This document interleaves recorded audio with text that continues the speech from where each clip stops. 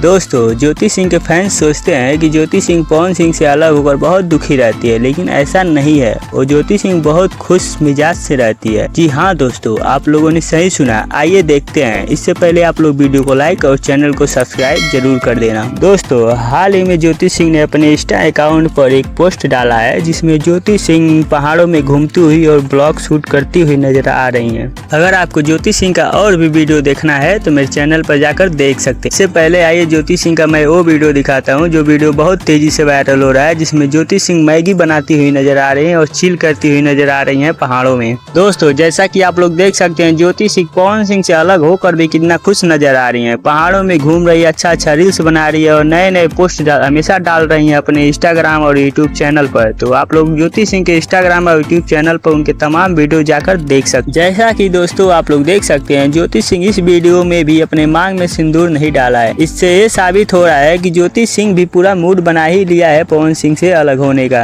अब दोस्तों आगे देखते हैं क्या होता है। इससे पहले आप लोग चैनल को सब्सक्राइब जरूर कर लेना। ज्योति सिंह का इस ब्लॉग वीडियो को देखकर आप लोगों को क्या लगता है? पवन सिंह से अलग होकर ज्योति सिंह खुश नहीं है? अपना राय कमेंट बॉक्स में जरूर बताएं। मिलते हैं अगले नए वीडियो में, तब तक के लिए बाय बाय, धन्यवाद।